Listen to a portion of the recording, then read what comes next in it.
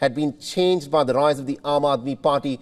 But the fact is, after having been in power for about 10 plus years, the people of Delhi seem not very convinced with the agenda of the Aam Aadmi Party and have now swerved towards the Bharatiya Janata Party. Are we witnessing a tectonic shift in terms of how politics in Delhi is going to be run from here on? Well, as I mentioned earlier, we already had a 1.25 engine central government, Sarkar government in Delhi, because this is the seat of power. So you had the police, the seat where the foreigners land, the G20 happens. You have the Bharat Mandapam, you have Republic Day, you have Independence Day. So we already had, and of course the police and several other departments which are under the central government. So the Aam Aadmi Party tried to make the 0.75 Sarkar that it had, the government that it had, it wanted to make that the engine of political change by regional parties in the country. Actually, the Aam Aadmi Party was the only one besides BJP and the Congress that had governments in 2 states, more than 2 states. Right. And Aam Aadmi Party was the only one. So now it has lost that status. I don't know what happens to its national party status. But what really we witness now is that it was, and we should also acknowledge this and give it its little bit of a due place, that it was a bit of a David versus Goliath battle. Mm-hmm. We had a very powerful government with a very charismatic leader, with many charismatic leaders, and also we had the RSS, which targeted certain areas assiduously in Delhi this time. And so therefore I think that what we should be watching now is the BJP realizes that just having Mr. Modi on the card, and they didn't really have him too much up front, but Mr. Modi plus the BJP plus the RSS is the winning machinery. And therefore the dynamic between BJP and RSS at an internal level is also something to be watched. I have said on other channels that I think that now the BJP president, the new one, will be somebody whom the RSS endorses in a very big way. The second thing is that the Aam Aadmi Party blew it up. Uh-huh. In ways that are paradoxically understandable. Right. Because Aam Aadmi Party, as elections, as politics happen in India now, and as the elections happen in India now, you need an enormous amount of money. Aam Aadmi Party, whether they had personal corruption, that we will see soon, but in terms of being a party and not having access to too many electoral bonds, for instance, or too many other resources in terms of sheer money, they have got the excise scam on something that they have to contend with. And that, I think, Shivan, then leads you to the next thing, that if a party has many of its leaders in jail for extended periods of time, how do we expect that party to actually canvass and to campaign with the stigma of having excise scam plus the absence because they're in jail, etc. You know, it's interesting, Ms. Nalini Singh, if I can butt in there, it's interesting that you're pointing out some of these things that went wrong for the Aam Aadmi Party. So would it be in that case correct to say that it is an election that Aam Aadmi Party ended up losing by actually creating problems of its own image rather than the Bharatiya Janata Party having done something right to win this election?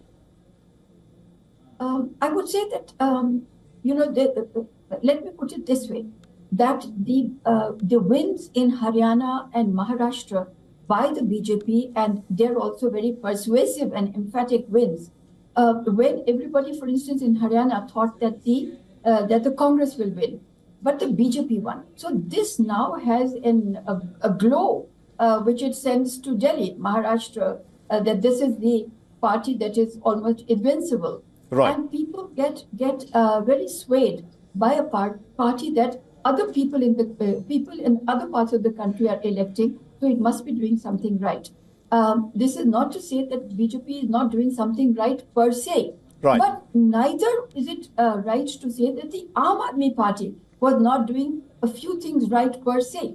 Their schools, for instance, there really is a dramatic improvement in the standard of education in those schools and the content.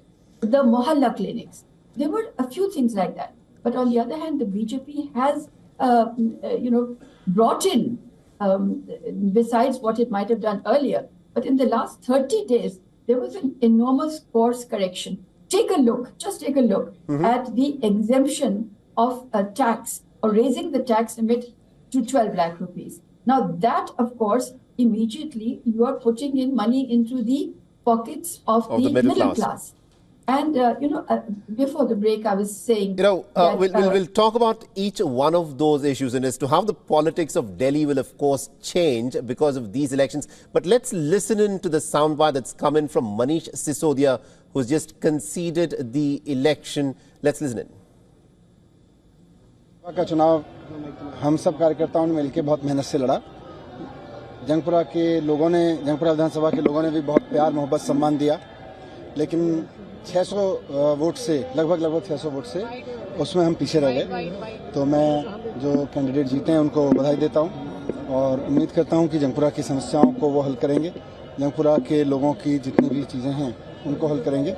बाकी तो अब All right, so that was Manish Sisodia there conceding the election that he was contesting from Jangpura. The last time round he fought from Patparganj. He managed to barely scrape through, winning with a pretty slender margin. Ms. Singh, if I can bring you in here, the fact that some of the biggest faces of the Aam Aadmi Party, including the likes of Arvind Kejriwal, Manish Sisodia, the sitting Chief Minister Atashi, either have lost or are on the verge of losing the election. What does it mean for the future of the Aam Aadmi Party, which about a decade ago was the party that was on the ascendant? Has the Aam Aadmi Party peaked? Well, it's certainly a crushing moment for a startup, a political startup such as the Aam Aadmi Party. And so are we to believe that it only takes about 12 to 14 years for a party to get crushed by the existing behemoth of the BJP, or even as, an ancient 137-year-old party like the Congress Party? This is something to be thinking about. Although, of course, we have a huge number of strong regional parties in the country still. But this is also something to watch.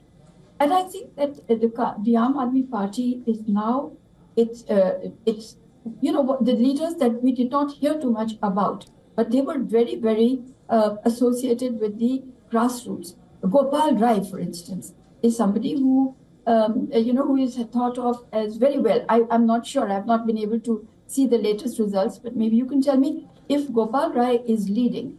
But the ones who were very prominent on the media, those leaders are certainly not. So I think now the emphasis and the focus of the Aam Aadmi Party is not only going to be looking at themselves, an internal introspection, but it will shift to Punjab. Right. How to save Punjab? And because BJP is marching slowly towards, or maybe rapidly, towards Punjab also. Right. But one thing that I can also surmise from the results over here, the Purvanchalis, the people who have come from the eastern parts of the country, Bihar, Uttar Pradesh, etc., that the BJP has won handsomely in those areas of Delhi where these people, Purvanchalis, are settled. This is going to have an immediate and a decisive impact, I think, on the Bihar elections later this year, because messages go to and fro. Right. And so this is going to, as much as the Punjab is vulnerable to what is happening to the Aam Aadmi Party here, so Bihar is fortified by how the Purvanchalis have voted in Delhi this time, meaning regionally. That's an interesting observation that you've made, because the Bihar population that has migrated to Delhi forms a big chunk of the population of Delhi. And what you're suggesting is that this is something that can also happen in the actual election in Bihar. And the budget had a number of policy measures and announcements that were made in the budget that were specifically meant for the state of Bihar as well. So a lot of very interesting things are happening. But Ms. Singh, if I can, draw your attention to this very crucial aspect of how Delhi's politics have been changed by the rise of the Aam Aadmi Party. Arvind Kejriwal showed himself as a common man. The party symbol was a jhadu. He said that he is the son of Delhi, who is taking on the sons of the former chief ministers of Delhi. But he, it appears, is on the verge of losing to Parvesh Singh Verma if he's not already lost the election. So what does it mean for Arvind Kejriwal, brand Arvind Kejriwal? How much of a beating does it take? You mentioned Parvesh Singh Verma, so allow me just a little bit of a comment.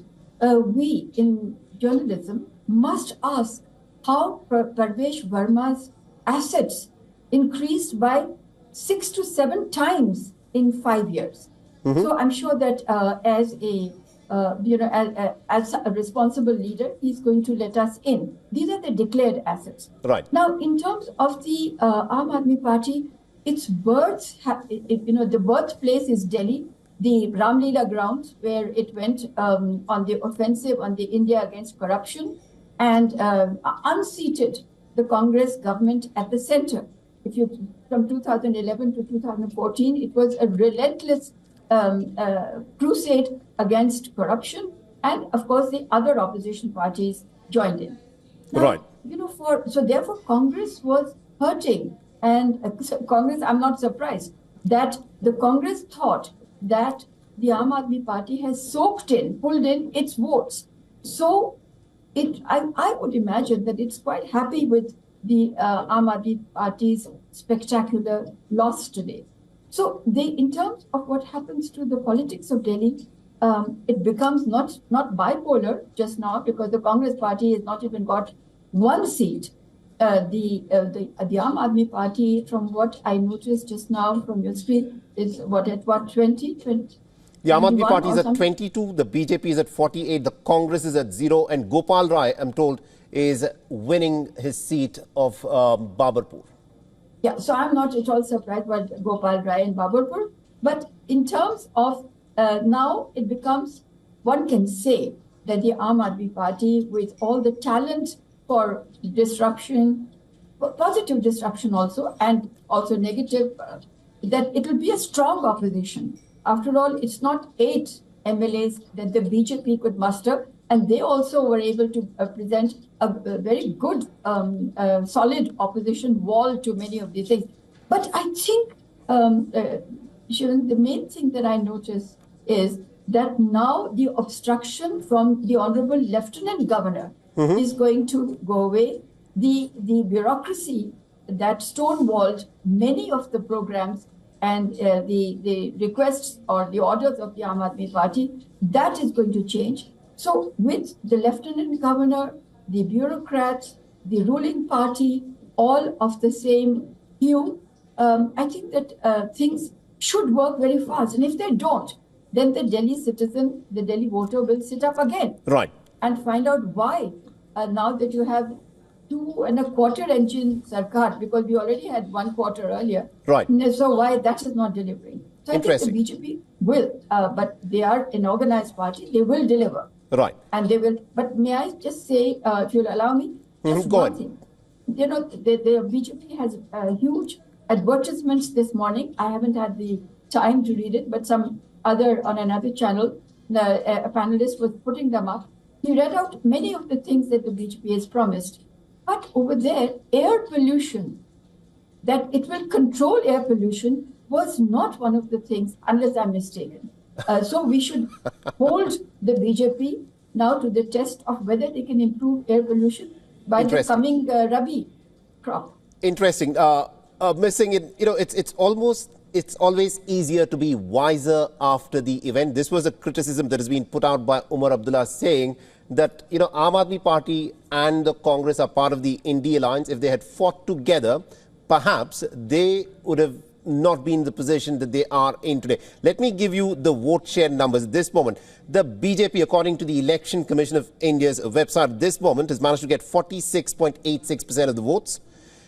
Contrast that to the Aam Aadmi Party, which has got 43% of the votes, and the Congress, which has got about 6.36%. So if the Aam Aadmi Party and the INC, the Indian National Congress, had fought together, they would have gotten about 50% of the vote share.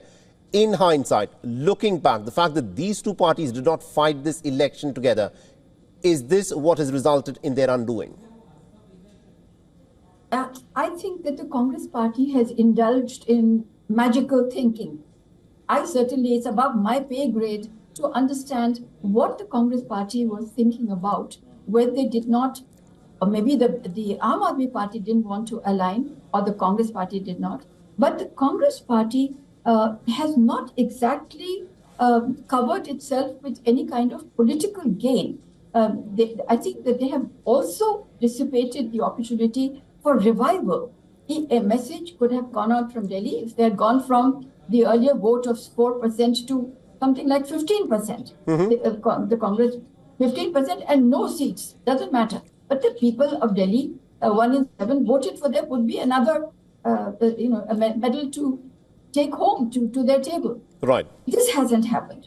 Now, but when you talk about the vote percentages that you just read out from the Election Commission, this has a lesson for the BJP, because you have said that the BJP's vote share just now is 46%. Correct. 46.9%. If I'm not mistaken, and correct me if I'm wrong. Maybe your office can do it just now. The studio.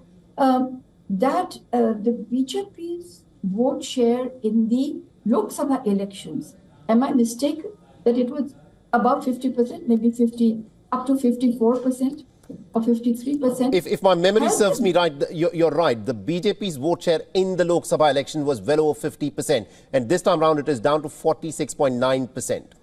So I think that here BJP should also heed what the citizens of Delhi are saying, that they are giving 43% to the next rival party.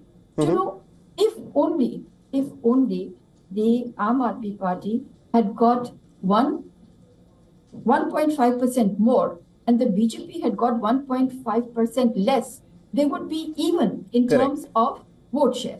And I've always maintained, Shivan, that vote share is actually an extremely important indicator of how the people are thinking. Absolutely. And what their aspirations are. If it was proportional representation, which in many countries where WION is seen, they do have proportional representation as their format for elections, then actually at the moment, the Aam Aadmi Party and the Congress would have seats on the government. Absolutely. And they would outnumber the BJP. So therefore, the vote share, just to get back to this, the vote share is very important. You raise the question of should the Aam Aadmi Party and Congress have fought together. The Congress wanted not to die in the Delhi elections. So therefore, but looking at the numbers that the Congress has managed to get election after election in the last 3 years, it's difficult to see as to how the Congress party can claim that they have not already died in this election, because quite honestly, 0 is where the Congress stands at. That is what it was in 2020 and also in 2015. It's difficult to see as to how they can make a comeback, but we are completely out of time at this moment. We'll slip into a short break. Do continue to stay with us, Ms. Nalini Singh. We'll get more updates in terms of what is happening in the big Delhi elections, where the Bharatiya Janata Party seems to be storming back to victory. Arvind Kejriwal, the big story that is breaking at the moment. Arvind Kejriwal, the convener of the Aam Aadmi Party, has lost from his seat of New Delhi, and it cannot get worse than this for the Aam Aadmi Party, where the biggest of the faces have ended up either losing or are trading. We'll slip into a short break. More updates will continue on the other side. Stay tuned to WION. For all the latest news, download the WION app and subscribe to our YouTube channel.